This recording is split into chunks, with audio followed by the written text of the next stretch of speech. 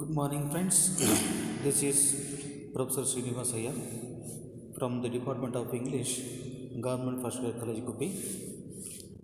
Now I am handling first BA, first semester optional English of Tumkur University. In the earlier session, in session number 25, I presented my PPT on the metaphysical poets. The metaphysical school of poetry is one of the major movement in the history of English literature. And now, in session number 25, we learned sufficient information regarding the historical and religious and also literary background to the metaphysical school of poetry.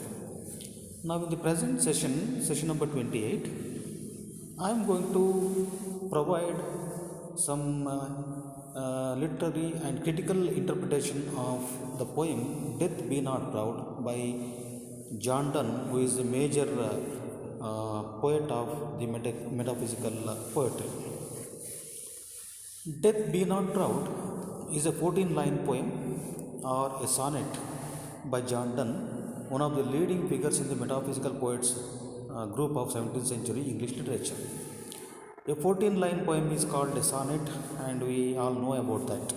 Sonnet was made popular in the history of English literature during the 14th, 15th and 16th century, and Shakespeare had written 156 sonnets, we know all that. The same format is continued even followed by the metaphysical poets also. They write most of their poems in the form of this sonnet. So this poem, written between February and August 1609, it was first published posthumously in 1633. That is, it was published after the death of John Donne.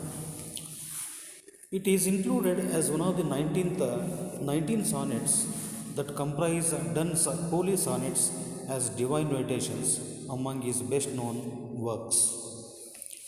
Most editions number the poem as the 10th in the sonnet sequence, which follows the order of poems in the Westmoreland manuscript, the most complete arrangement of the cycle discovered in the late 19th century. Two editions published shortly after Donne's death, the sonnets in a different order, where this poem appears as 11th in the Songs and Sonnets, published in 1633, and 6th in Divine Meditations, published in 1635.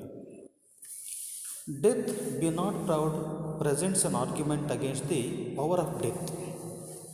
Addressing death as a person, the speaker warns death against pride in his power. Such power is merely an illusion, and the end death brings to men and women is, in fact, a rest from world weariness for its alleged victims. ಅಂದರೆ ಇಲ್ಲಿ ಕವಿ ಈ ಪೊಯಮಲ್ಲಿ ಸಾವಿನ ಕುರಿತು ಮಾತಾಡ್ತಾ ಇದ್ದಾನೆ. ಡೈರೆಕ್ಟಾಗಿ ಇಲ್ಲಿ ಬರ್ತಕ್ಕಂಥ ಸ್ಪೀಕರು ಡೆತ್ತನ್ನೇ, ಸಾವನ್ನೇ ಕುರಿತು ಮಾತಾಡ್ತಾನೆ.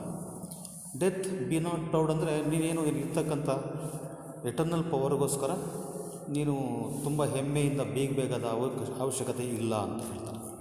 ಆಮೇಲೆ ಪೊಯಮ್ನ ಮುಂದಕ್ಕೆ ಹೋಗ್ತಾ ಆರ್ಗ್ಯುಮೆಂಟು ಪ್ರೆಸೆಂಟ್ ಮಾಡ್ತಾ ಹೋಗ್ತಿದ್ದಂಗೆ ಕವಿ ಏನು ಮಾಡ್ತಾರೆ ಅಂದರೆ, ಸಾವಿಗೆ ಇರ್ತಕ್ಕಂಥ ಆ ಎಟರ್ನಲ್ ಪವರ್ನ ಅಣುಕಿಸ್ತಾ ಹೋಗ್ತಾನೆ. ಆಮೇಲೆ ಮನುಷ್ಯರು ಸಾವಿಗೆ ಅಂಜಬೇಕಾಗಿಲ್ಲ, ಆ್ಯಕ್ಚುಲಿ ಸಾವಿಗೆ ಅಷ್ಟೊಂದು ಶಕ್ತಿನೇ ಇಲ್ಲ ಅಂತ ಆರ್ಗ್ಯೂ ಮಾಡ್ತಾ ಹೋಗ್ತಾನೆ. ಇದು ಈ ಪೊಯಮ್ನ ಒಂದು highlight. The poet criticises death as a slave to other forces, fate, chance, kings and desperate men. Death is not in control, for a variety of other powers exercise their volition in taking life. ಅಂದರೆ ಸಾವು ಮಾತ್ರನೇ ಮನುಷ್ಯರ ಜೀವನವನ್ನು ತಗೊಳ್ತದೆ ಅಂತ ಏನು ಇಲ್ಲ, ಅದೊಂದೇ ಅಲ್ಲ. Death is not the only eternal power. Other than death there are many other things, eternal powers like fate. ವಿಧಿ ಅಂದಾಗ ನಮಗೆ ಬರ್ತಕ್ಕಂಥ ಕಷ್ಟಗಳು ಏನೂ ಮಾಡೋಕ್ಕಾಗಲ್ಲ. Fate is even more powerful than death ಅಂತ ಹೇಳ್ತಾರೆ. ಚಾನ್ಸ್ ಅಂದ್ರೆ ಆಕಸ್ಮಿಕಗಳು. Kingly power is more powerful than death ಅಂತಲೂ ಹೇಳ್ತಾರೆ. ಸೊ ಹಾಗಾಗಿ death is not in control ಅಂತ ಹೇಳ್ತಕ್ಕಂಥದ್ದು. Even in the rest it brings, death is inferior to drugs. ಯಾಕಂದರೆ ಮನುಷ್ಯನಿಗೆ ನಿರಂತರವಾಗಿ ಜೀವನದಲ್ಲಿ ದಣಿದಿರ್ತಕ್ಕಂಥ ಮನುಷ್ಯರಿಗೆ ರೆಸ್ಟ್ ಬೇಕು ಅಂದಾಗ, ವಿಶ್ರಾಂತಿ ಬೇಕು ಅಂದಾಗ ಚಿರನಿದ್ದೆಗೆ ತೇಳ್ತಾರೆ ಅಂತ ಹೇಳ್ತೀವಿ. ಸಾವು ಮಾತ್ರನೇ ಅವರಿಗೆ ಅಂತ ವಿಶ್ರಾಂತಿಯನ್ನು ಕೊಡ್ಬೋದು ಅಂತ ಹೇಳ್ತಾರೆ. ಆದರೆ ಅದು ಭ್ರಮೆ ಅಂತ ಕವಿ ಆರ್ಗ್ಯೂ ಮಾಡ್ತಾನೆ. ಯಾಕೆಂದರೆ ಸಾವಿಗಿಂತಲೂ ಇನ್ನೂ ಚೆನ್ನಾಗಿರ್ತಕ್ಕಂಥ ವಿಶ್ರಾಂತಿಯನ್ನು ಡ್ರಗ್ಸ್ ಕೂಡ ಕೊಡ್ತವೆ, ಅಫೀಮ್ ಅಂತಕ್ಕಂಥವು ಕೂಡ ಕೊಡ್ತವೆ. ಹಾಗಿದ್ದರೆ ಡೆತ್ತು ನೀನೇ ಯಾಕೆ ಅಲ್ಟಿಮೇಟು ಅಂತ ಕವಿಯ ಒಂದು argument. Death should not be so boastful. ಅಷ್ಟೊಂದು ಹೆಮ್ಮೆ ಪಡ್ತಕ್ಕಂಥ, ಬೀಗ್ತಕ್ಕಂಥ ಅವಶ್ಯಕತೆ ಸಾವಿಗೆ ಇಲ್ಲ ಅಂತ. Although some have called him mighty and dreadful, which is not. ಕೆಲವರು ಸಾವನ್ನು ಆಲ್ ಪವರ್ಫುಲ್, ಮೈಟಿ, ಆಮೇಲೆ ಡ್ರೆಡ್ಫುಲ್ ಅಂದರೆ ಭೀಕರ ಅಂತ ಬಣ್ಣಿಸಿದ್ದಾರೆ. ಆದರೆ ಅದು ಸತ್ಯ ಅಲ್ಲ ಅಂತಕ್ಕಂಥದ್ದು ಕವಿಯ argument. Many people whom death thinks he can overcome, and the poet includes himself, do not truly die. ಕವಿಯನ್ನು ಒಳಗೊಂಡಂತೆ ಸಾಕಷ್ಟು ಜನಗಳು ಸಾವಿನಿಂದಲೇ ಅಂತ್ಯ ಆಗೋದಿಲ್ಲ, ಅವರು ಸತ್ತೋಗೋದಿಲ್ಲ. ಹಂಗಂದ್ರೆ ಏನರ್ಥ? ಯಾಕೆ ಸಾಯೋದಿಲ್ಲ ಅಂತ ನೀವು ಅನ್ಬೋದು. Birth and death are so natural. ಆದರೆ ಒಂದು ಸೂಕ್ಷ್ಮವಾಗಿರ್ತಕ್ಕಂಥ ಅವಲೋಕನ ಏನು ಅಂತಂದರೆ, there is death only to the physical body. Physical body only dies and rots and becomes one with the earth. ಆದರೆ there is the soul, there is no death to the soul. ಯಾಕಂದರೆ soul, it goes into the air, it becomes one with the god, all powerful, all mighty, and even after that the soul enters into some other being. ಮರುಹುಟ್ಟು ಆಗುತ್ತೆ, it takes birth again ಅಂತಕ್ಕಂಥದ್ದು. ಹಾಗಾಗಿ actually ಡೆತ್ಗಿರ್ತಕ್ಕಂಥ all powerful nature ಸತ್ಯ ಅಲ್ಲ, ಸುಳ್ಳು ಅಂತ ಕವಿಯ argument. Much pleasure is to be found in rest and sleep, which are only images of death, and therefore much more must come from death itself. ಕೆಲವರ ನಂಬಿಕೆಯ ಪ್ರಕಾರ ವಿಶ್ರಾಂತಿ ಬೇಕು ನಮಗೆ, ಜೀವನ ಪೂರ್ತಿ ನಾವು ಕಷ್ಟಪಟ್ಟಿದ್ದಕ್ಕೆ ಅಂತಂದರೆ ಆ ವಿಶ್ರಾಂತಿ ಯಾವಾಗ ಸಿಗುತ್ತೆ ಅಂದರೆ ನಮ್ಮ ಸಾವಿನೊಂದಿಗೆ ಅಂತ ಹೇಳ್ತೀವಿ. ಹಾಗಾಗಿ ವಿಶ್ರಾಂತಿಯನ್ನು ಮತ್ತು ನಿದ್ದೆಯನ್ನು ಸಾವಿಗೆ ಆಲ್ಟರ್ನೇಟಿವ್ ಆಗಿ ಇಮೇಜಸ್ ಆಗಿ ಯೋಚನೆ ಮಾಡ್ತಾರೆ.